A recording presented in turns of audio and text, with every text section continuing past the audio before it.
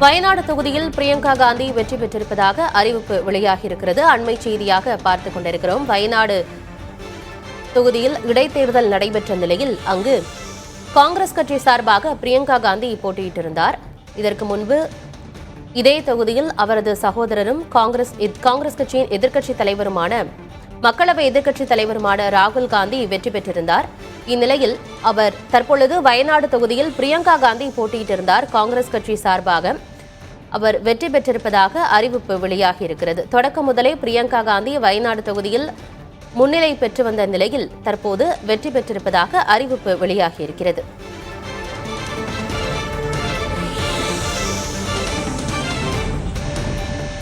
வயநாடு தொகுதியில் காங்கிரஸ் வேட்பாளர் பிரியங்கா காந்தி வெற்றி பெற்றிருக்கிறார். கேரள மாநிலம் வயநாடு தொகுதியில் காங்கிரஸ் சார்பில் போட்டியிட்ட பிரியங்கா காந்தி வெற்றி பெற்றிருக்கிறார். 4,10,931 வாக்குகள் வித்தியாசத்தில் பிரியங்கா காந்தி வெற்றி பெற்றிருக்கிறார்.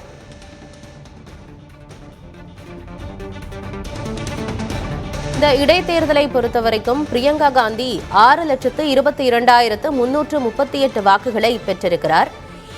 4,10,931 வாக்குகள் வித்தியாசத்தில் மாபெரும் வெற்றியை வயநாடு தொகுதியில் பெற்றிருக்கிறார் பிரியங்கா காந்தி.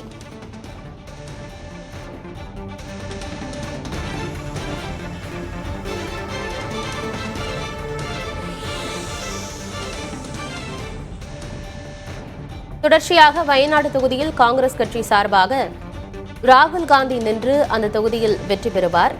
இந்த முறை அவர் 2 தொகுதிகளில் வெற்றி பெற்றிருந்தார் மக்களவை தேர்தலின் போது. அதனால் வயநாடு தொகுதியில் அவர் ராஜினாமா செய்தார். அதன் பிறகு இடைத்தேர்தல் அறிவிக்கப்பட்டது. தேர்தல் நடைபெற்று முடிந்து இன்றைய தினம் வாக்கு எண்ணும் பணியும் நடைபெற்று முடிந்திருக்கிறது. அங்கு வயநாடு தொகுதியில் காங்கிரஸ் கட்சி சார்பாக பிரியங்கா காந்தி போட்டியிட்டிருந்த நிலையில் அவர் மொத்தமாக 6,22,338 வாக்குகளை பெற்று மாபெரும் வெற்றியை பதிவு செய்திருக்கிறார். விவரங்களோடு செய்தியாளர் கணபதி இணைந்திருக்கிறார். கணபதி, வயநாடு தொகுதியில பிரியங்கா காந்தி வெற்றி பெற்றிருப்பதாக அறிவிப்பு வெளியாகி இருக்கிறது. என்ன விவரம் கணபதி? பிரியங்கா காந்தி நிச்சயமாக வயநாடு தொகுதியிலே வெற்றி பெறுவார் என்பதில் எந்தவிதமான ஐயமும் இல்லாமல் இருந்தது. ஏனென்றால் வயநாடு காங்கிரஸ் கட்சியின் கோட்டை. அதனால்தான் ராகுல் காந்தி அங்கே போட்டியிட்டார். அவரும் பெருத்த வித்தியாசத்தில் வெற்றி பெற்றிருந்தார். தற்போது பிரியங்கா காந்தி அவரை விட அதிக வாக்கு வித்தியாசத்திலே வெற்றி பெற்றிருக்கிறார் என்பது குறிப்பிடத்தக்கது. கம்யூனிஸ்ட் கட்சி வேட்பாளரோ அல்லது பாரதிய ஜனதா கட்சி வேட்பாளரோ பிரியங்கா காந்திக்கு எந்த விதமான போட்டியையும் அளிக்க இயலாத சூழ்நிலையில் பெருவாரியான வாக்குகளை பெற்று அவர் வெற்றி பெற்றிருக்கிறார். ஆகவே பிரியங்கா காந்தியும் தற்போது மக்களவையில் நுழைகிறார். ராகுல் காந்தியுடன் சேர்ந்து அவரும் மக்களவையிலே கேள்வி கணைகளை பாரதிய ஜனதா கூட்டணிக்கு எதிராக முன்வைப்பார் என எதிர்பார்க்கலாம். ஏற்கனவே எதிர்க்கட்சி தலைவராக உள்ள ராகுல் காந்தி பாரதிய ஜனதா கூட்டணிக்கு எதிராக ஒவ்வொரு கூட்டத்தொடரிலும் பல்வேறு கேள்விகளை எழுப்பி வருகிறார். வரும் நாடாளுமன்ற குளிர்கால கூட்டத்தொடரிலே அடானி விவகாரம், வக்ஃப் மசோதா உள்ளிட்ட பல்வேறு அம்சங்களை சுட்டிக்காட்டி ராகுல் காந்தி கேள்வி கணைகளை தொடுப்பார் என எதிர்பார்க்கப்படுகிறது.